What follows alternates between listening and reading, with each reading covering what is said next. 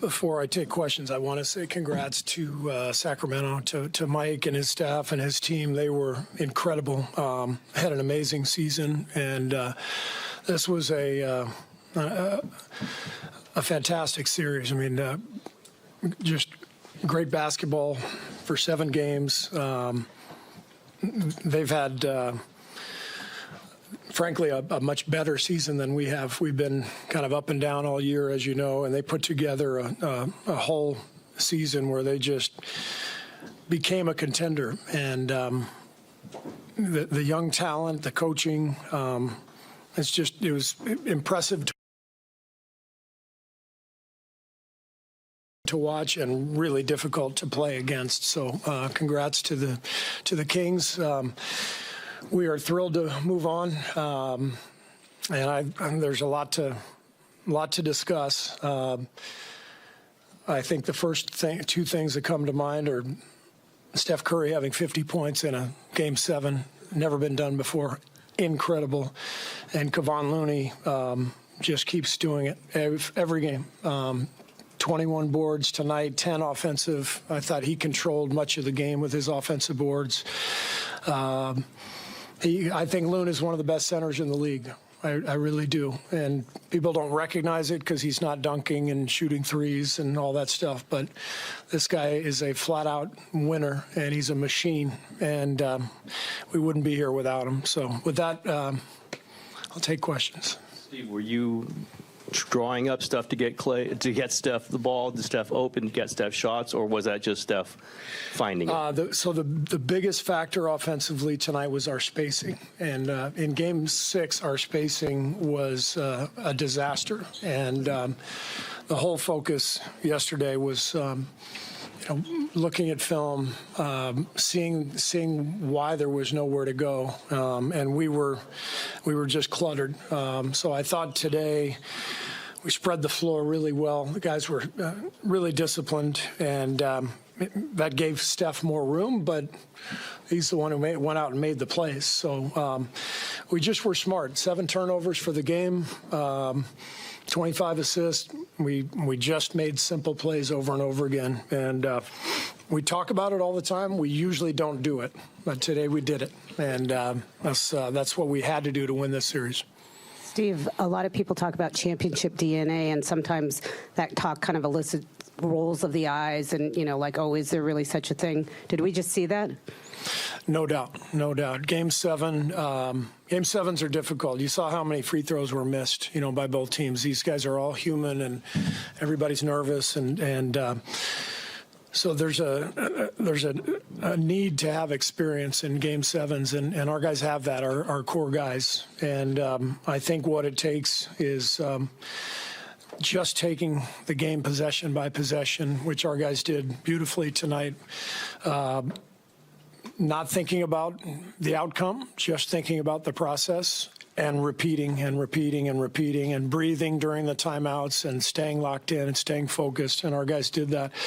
But they've learned to do that through a decade of, these type of games. So the most impressive thing to me with Steph, Clay, Draymond, Loon, Andre, to do this for a decade, it's incredible. The energy that it takes to fight off challengers year after year, and to have to prepare and win big games and doing it over and over again. It's a reason these guys are Hall of Famers and champions. This is not a 1-year flash in the pan. This is a decade that they've done it, and it's incredible to watch. Steve, a couple times you were caught on TV talking to Steph on the sidelines. Can you tell us a little bit about what you were saying to him? And also, you've seen him a lot, so does he ever surprise you, what he does? He doesn't surprise me. We all take him for granted because he's brilliant night after night, and we've been watching this for 10 years. And we just, you just have to remind yourself every once in a while, big picture. This is one of the great players in the history of the game. But that's how I felt, back when in my playing days, with Michael Jordan. you'd see it night after night, so you just took it for granted.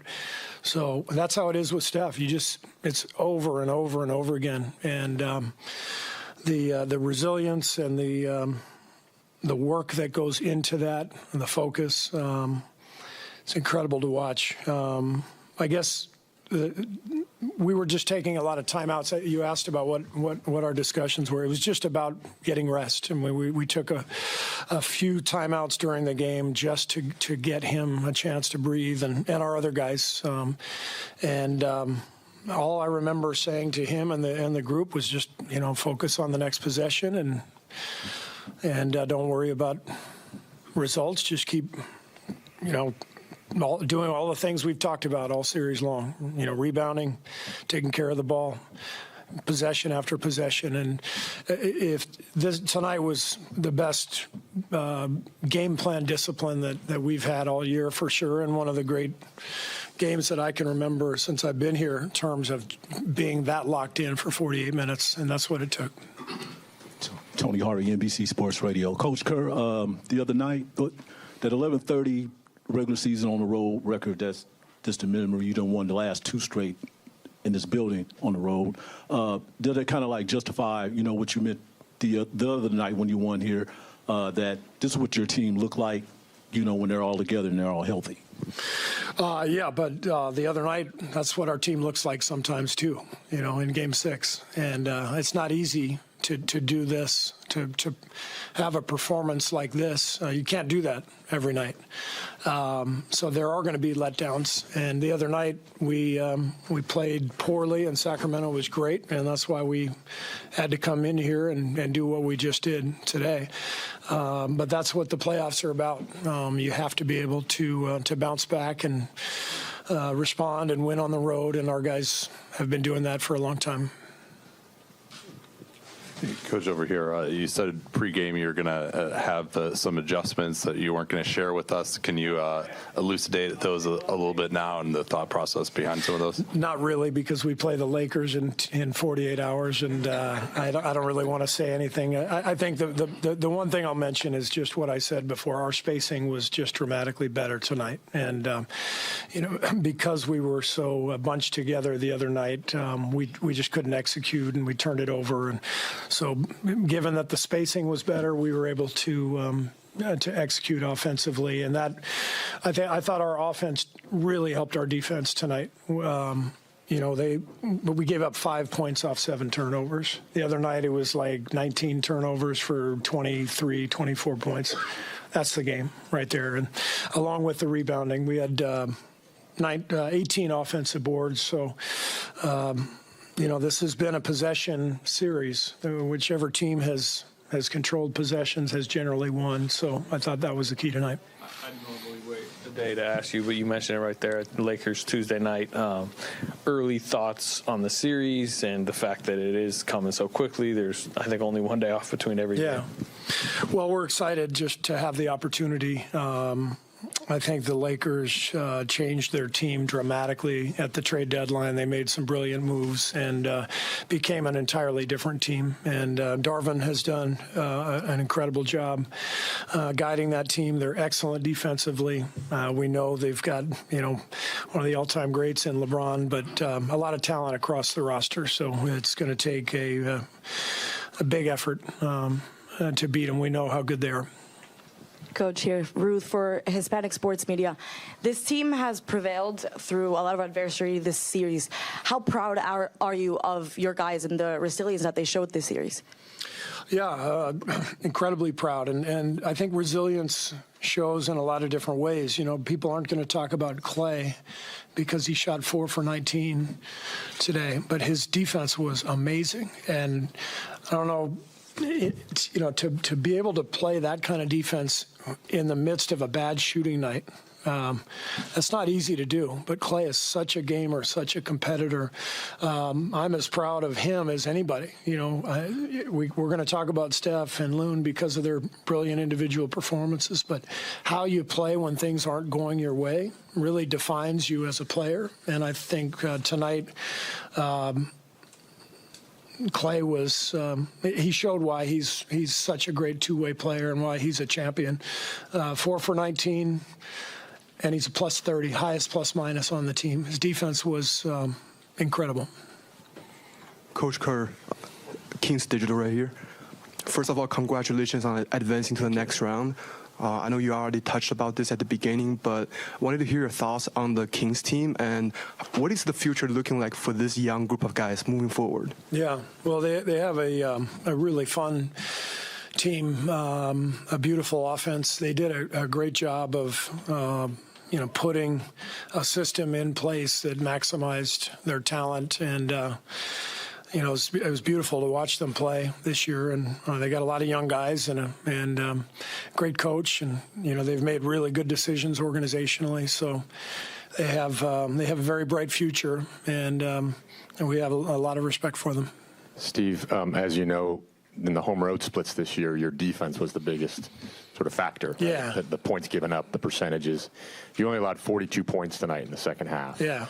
I don't think they scored in the first 4 minutes of the fourth quarter. Yeah. How much of that was just the urgency and desperation of Game 7? How much is it something Draymond was doing? How much, you mentioned Clay. What sort of sparked that? Well, you can eliminate the 41 road games we played in the regular season because we're a different team now. We're whole. We have Gary Payton back on the roster. We have Wiggins back in the mix. And we've talked about this, but this group has been together for 10 years, so it's not easy to get up for game after game after game. So we had a lot of struggles this year for a lot of reasons, but we're whole now, and this is an excellent defensive team, and it's an excellent road team. So forget all the other stuff that happened earlier. Steve, back here, Chris Biederman, Sacramento Bee. Kings fans take a lot of pride in creating one of the most hostile environments in the NBA. Just what's it say about Steph to have that performance in that environment, and what's it kind of take from a star of his caliber to do it against? I think Steph thrives, and Draymond, Clay, I think those guys thrive in tough environments, and there's no better feeling in the NBA than getting a win on the road in the playoffs. It's the ultimate, and these guys, once we got over the disappointment of losing Game 6, I think the focus shifted towards the opportunity, and this is what these guys do. And again, for Steph to be the first player ever to get 50 in a Game 7, he's sublime. Hi, Steve. Just a quick question about your history with LeBron. I know he's on a different team now than when you used to face him with the Cavaliers, but does any of that history that you've had with him personally factor into how you approach this series and what the sort of institutional knowledge, I guess? Yeah, I mean, we've played each other so many times over the years in the playoffs. One of the first things I learned about LeBron the first time we played them in the finals was just how smart he was. Like coming out of timeouts, he knew what we were doing. And so you take that into account. You have to recognize, just what a brilliant mind he has, and not just the physical talent. And he knows our team, although I think this team is very different than the teams back then. 15 through 18 when we played each other in the finals. But we do have some of the same tendencies, and he'll recognize some of those things. But we're not quite the same team, and we're doing some different things. But we know how good he is and how smart he is. Steve, you talked about the spacing and how it helped you guys a little bit tonight. Steph had obviously took a lot of slack because Clay and Wiggs weren't shooting the ball very well.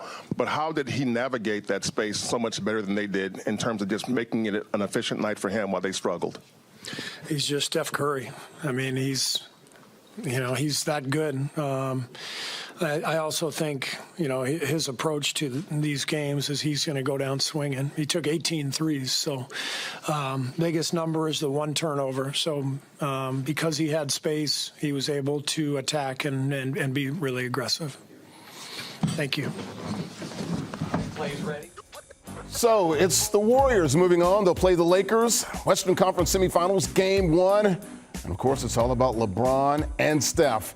They've met 5 times in the playoffs, including that play-in tournament. A couple of years ago, LeBron hit that big 3 at the end there to help the Lakers get into the playoffs in 2021. And then you can see those 4 finals there, 4 straight years.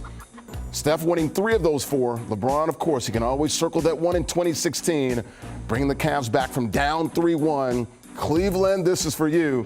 This will be their 6th playoff meeting coming up. Game 1 on Tuesday night.